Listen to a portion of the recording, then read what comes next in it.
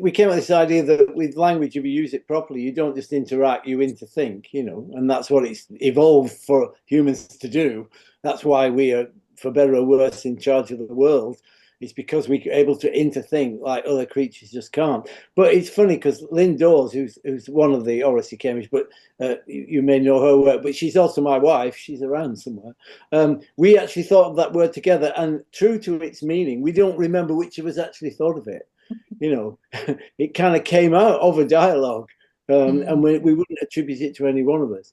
And it is a help, I think, in some ways, to get away from this idea that thinking is a solitary thing, because it's actually something that we achieve what we do as humans by collaborating and by thinking together. And it's by thinking together that we've that most achievements of humanity have been achieved. The idea of this lone geniuses who do these wonderful things is a myth on the whole. It's actually nearly all groups of people who have created some structures and shared understandings that move things on in some way.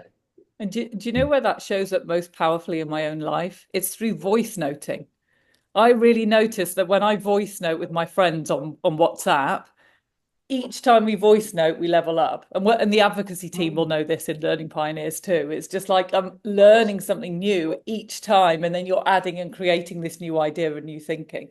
So I think that's just we love that word in Learning Pioneers. We use it all the time, but it's just such a useful way of thinking about creating ideas together and solving problems together.